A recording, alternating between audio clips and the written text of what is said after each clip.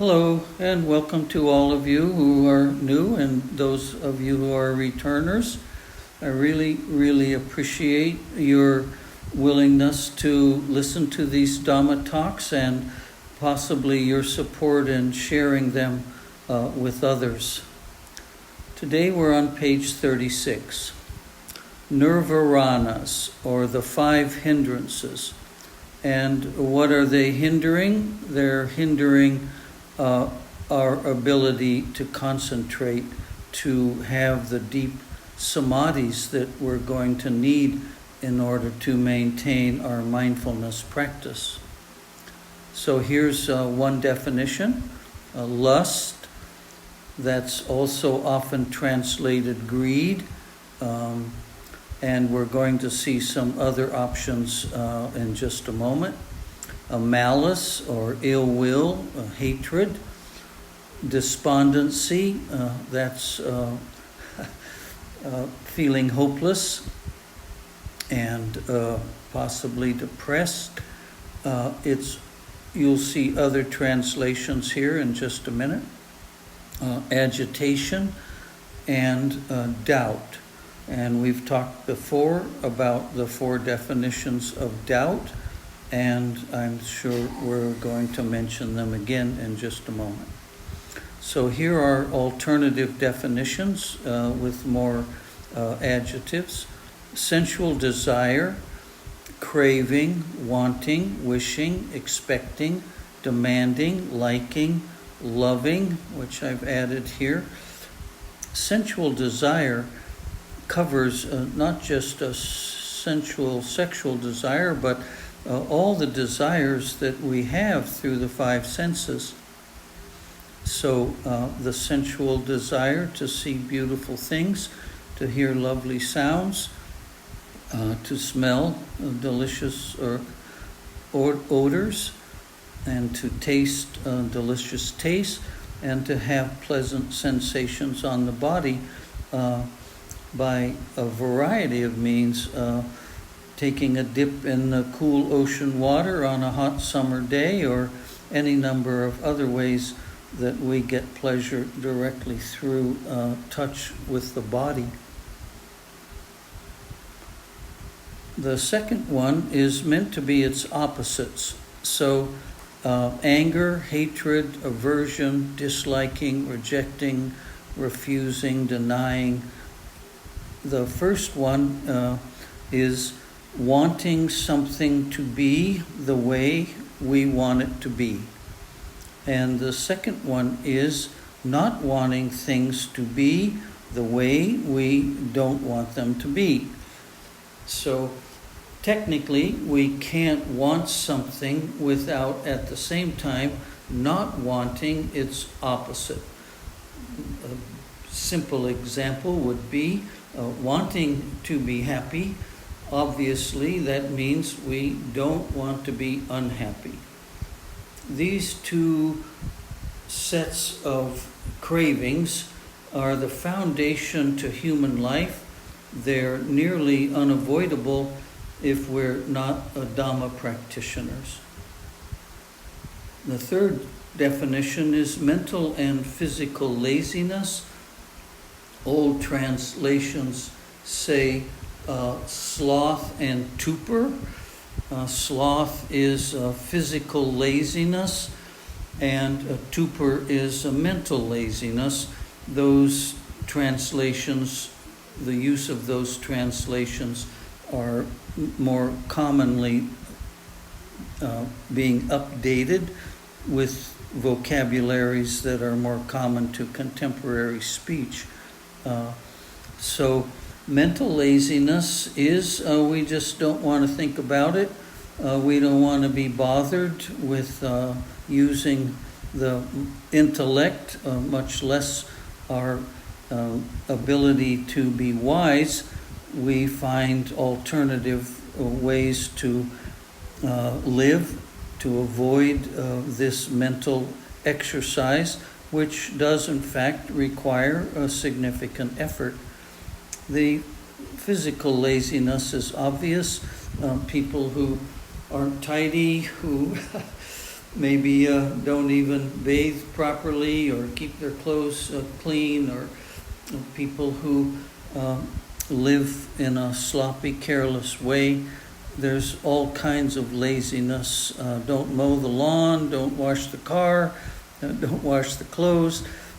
So we have to, in every case, these 5 that we're going to be discussing right now, we have to see which of these vocabulary best capture the way we act, the way we think, the way we talk.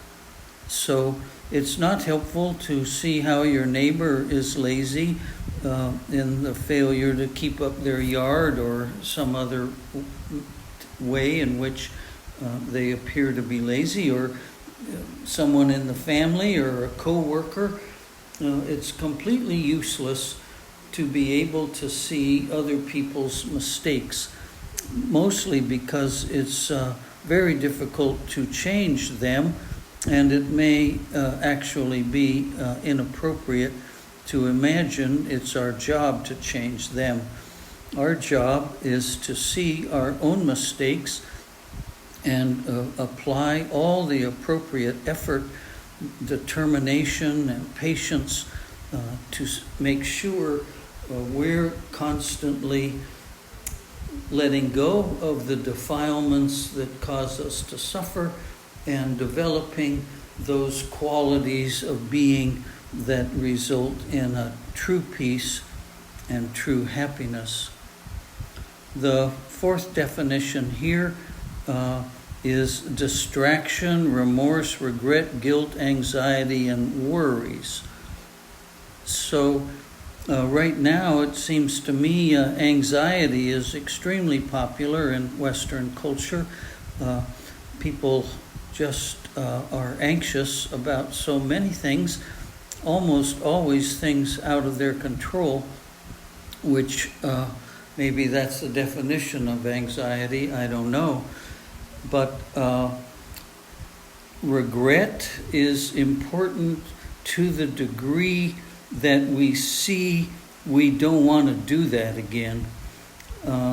Some teachings say regret is a waste of time, or it's inappropriate, based on the belief that every present moment is a karmic moment, and it represents the best we can do in that moment. I fully agree with that, but I also believe that if we don't reflect on our thoughts and our speech and our behaviors to see how they're affecting our moment-by-moment life and our future life, we won't be able to appropriately sort out the beneficial behaviors from the ones that are unwholesome.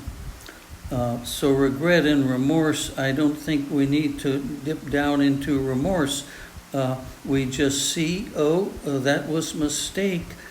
I didn't realize it at the time. I do now, so I'm going to work to correct that behavior. And worries, a form of anxiety. There's a saying, I can't quote it properly, so I won't right now. Worry is the idea that the life should be the way we want it to be. I know a number of people who, if their adult child comes home for a holiday of some kind, of a family gathering, and the adult child has to drive 10 miles to get home or 20 miles to get home, the parents say, call us when you get home. We want to be sure you got home safely. Now, that sounds loving. It sounds, we love you. We want to be sure that you get home safely. Well, frankly, it's another version of worrying and thinking the worst can happen. That's the problem with worrying. It creates an energetic field that makes it more likely for something to happen. then less likely. And certainly we're out of control. We have simply no control whatsoever when somebody else is driving a car, flying in an airplane, or going on vacation, swimming in the ocean, etc. And if contemporary news is any example, these accidents, which are called tragedies, and these unbearable experiences that the family members and other loved ones have when one of these accidents occurs, suggests that nobody's learning that the world is precarious. Life is so precarious, and to assume that the people we love, including ourselves, should not befall any misadventure, any mishap, is just delusional. It's just delusional. And it's rather surprising to me that even though we read about and hear about on a daily basis completely strange and shocking events that are defined as tragic, when it happens to someone we know, we're ill-prepared. And the fifth one is doubting. We've talked about this before. Doubting the Buddha, doubting there's any such thing as a Buddha, which is usually based on the idea that we just can't comprehend what a Buddha. It's a mind state. It's not a person. So a Buddha nature is a mind state, and the Buddha himself said, don't try to imagine what it's like to be a Buddha, because you can't imagine it, but there is such a thing. And in Siddhartha Gautama's situation, he was the example of what it means to be a Buddha. Then the Buddha's teachings, his Dhamma or his Dharma, is infallible, it's perfect, it's wonderful, it's powerful, it's filled with loving kindness and goodwill towards all, omitting none, and filled with this compassion and a deep, deep, deep wisdom. We may doubt that. We may say, well, I believe this teaching, but I don't believe this other one. This is true for all people in all religions. They like to sort through the ones they agree with and throw out the ones that they don't. So it's normal human behavior to not want to change things that we like doing because somebody else, even a Buddha, said that we're actually harming ourselves.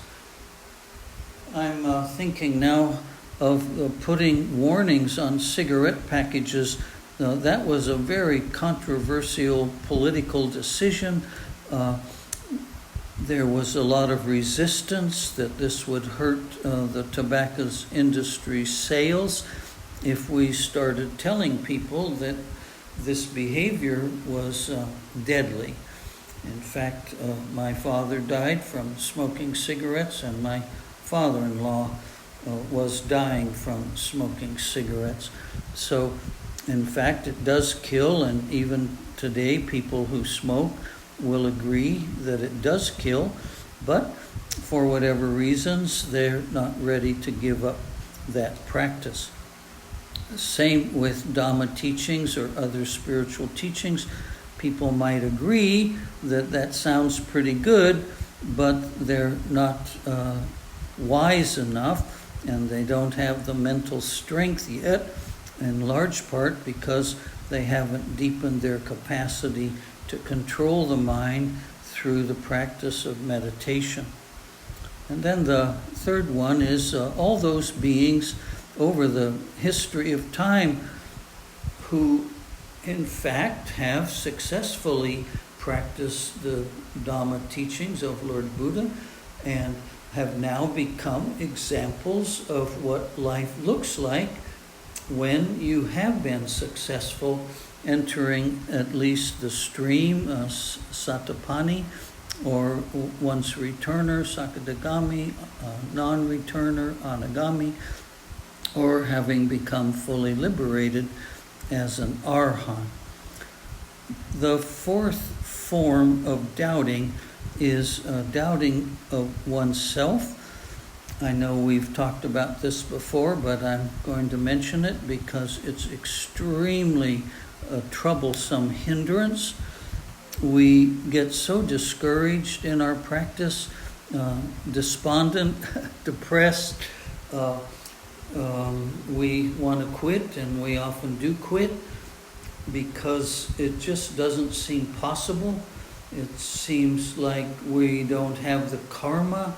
This is the most classic excuse that the hindrances fill our mind with, is, oh, you're just this life, you're not ready, you don't have the karma to be successful, so just live the best life you can, enjoy this life, and maybe the next time you'll be lucky enough to meet a good teacher, maybe an enlightened teacher, etc.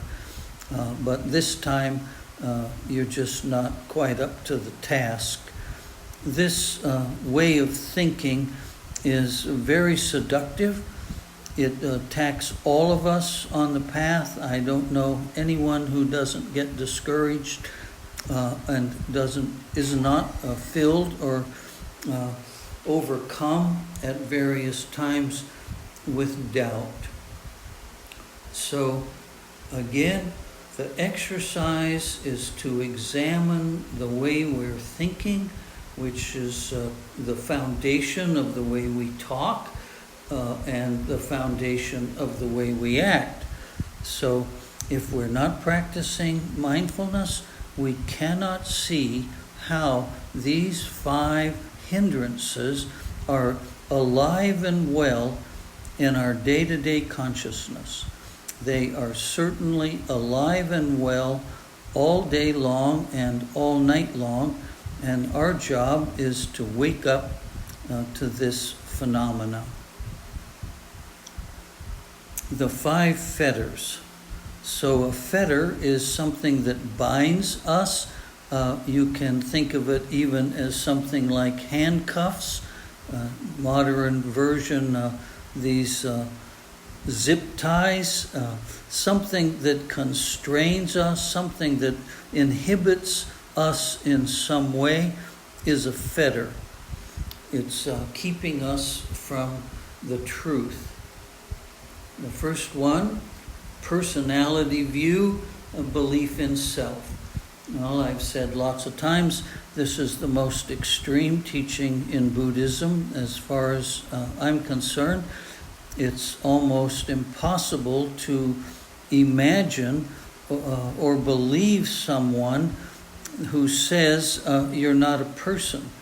It's just incomprehensible that that could actually be a truth.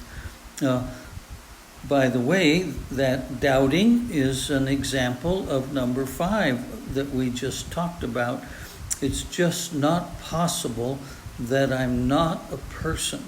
So we doubt that teaching that says, well, actually, you're not a person. And the belief that you are a person is the single greatest obstacle to you finally discovering, entering into Buddha nature. We don't just give it up someday like we might give up smoking. We don't just say, okay, I'm not going to be a person starting at 1 o'clock tomorrow afternoon. We give it up slowly, but consistently. What is it? Slow and steady wins the race. So we give it up by our ability to practice self-awareness and keep noticing how we're claiming every experience through the 5 or 6 senses as belonging to me. who else is having the experience if it's not me? Well, we will find out that there is the event, which we call an experience. There is the awareness, consciousness of that experience, but behind that, or hidden within that consciousness, there is no such thing as a person. And a similar word in other religions is soul. So in Buddhism, there's no identity that is unique and eternal. Whether you call it a soul or a person, there is nothing that doesn't change. There is nothing which is not subject to the laws of nature, which is change and impermanence and insubstantiality, hiding somewhere in the body or in the mind. Number 2, skeptical doubt and uncertainty. Well, we just addressed doubting as number 5, and I'm not going to comment further. Doubting has a value, and Buddha encouraged people not to accept his teachings, and enlightened teachers also never say, you might say, do as I do as I say you should do, accept what I say as the truth. Other religions have that authoritarian bias, but not in Buddhism. You are encouraged as a part of your practice to be constantly vigilant and investigating whether something is true for you or not. Wrong views or understandings or attitudes towards the precepts and vows. As we recall, the first noble truth is right view, and then it lists 7 other ways that we must practice right view. And so right view is the foundation. If we start out with wrong view, we can't possibly end up in the place we would like to go. So it says here a misunderstanding or a wrong attitude toward the precepts and vows. So those are not to kill, not to steal, etc. And also rites and rituals that have arisen in religions, all religions, in whatever form they may take, but common ones are bowing down, lighting candles, praying to invisible beings to come and rescue us, etc. And that if we bargain with them appropriately, they'll come to our rescue. In this case, this is wrong view, and we have to see how we are deluding ourselves by misunderstanding certain habits we have that are examples of this magical thinking, that somehow incense is going to change our inner life and grant us wisdom, or some other behavior or belief we haven't really examined.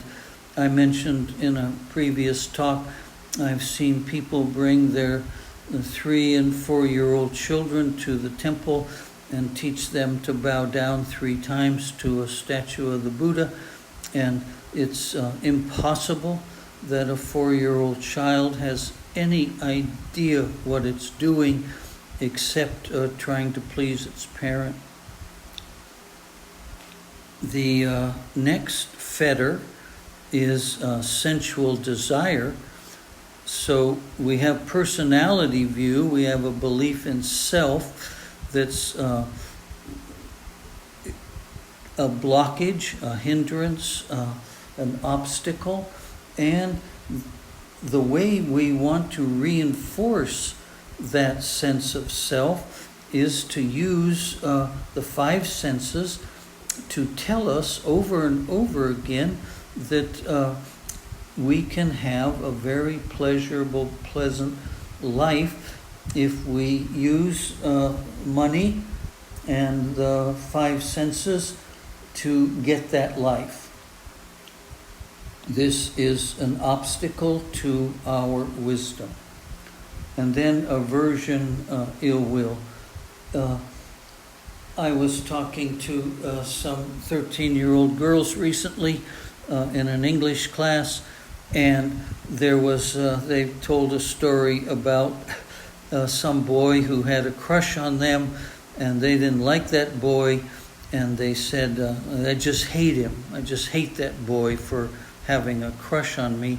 And they were too young to explain that hating the boy isn't helpful to them. It doesn't punish the boy, it punishes them, and it's having a crush on someone probably doesn't rise to the level that demands hatred. But ill will is a much stronger version of delusion, of being unwholesome than aversion. Aversion is just, we just don't like something. Maybe we don't like the music that's on the radio in the car and we change stations, or currently today I'm in a temperature of 104 degrees.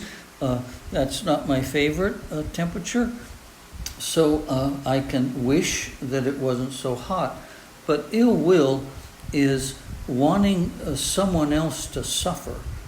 I've also talked about this in the past when the surviving family members give their statement to the courts. Many of them want the perpetrator of the crime to have the most miserable possible life. They often say words like rot in hell, etc. So that ill will is just poisoning our own happiness. And whether we wish somebody ill will or not, may most likely will not have any bearing on what goes on in their mind. It's just a polluting of our own mind. Here are going to be some more examples. Anusaya or Saya, 7 mental defilements ingrained.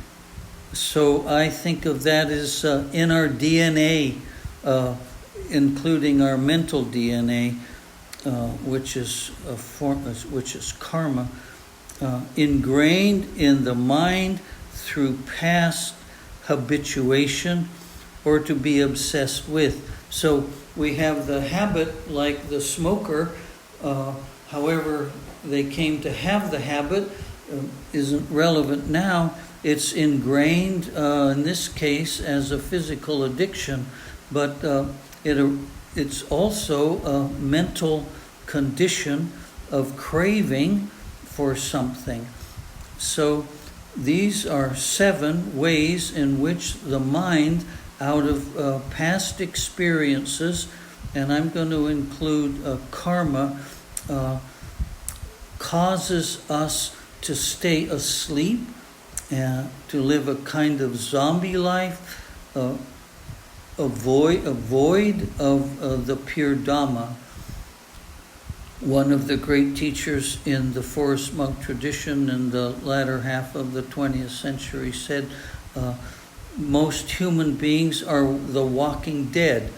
That's not very nice, but people, anyone, any being who does not have the wisdom that Dhamma offers is dead to that Dhamma.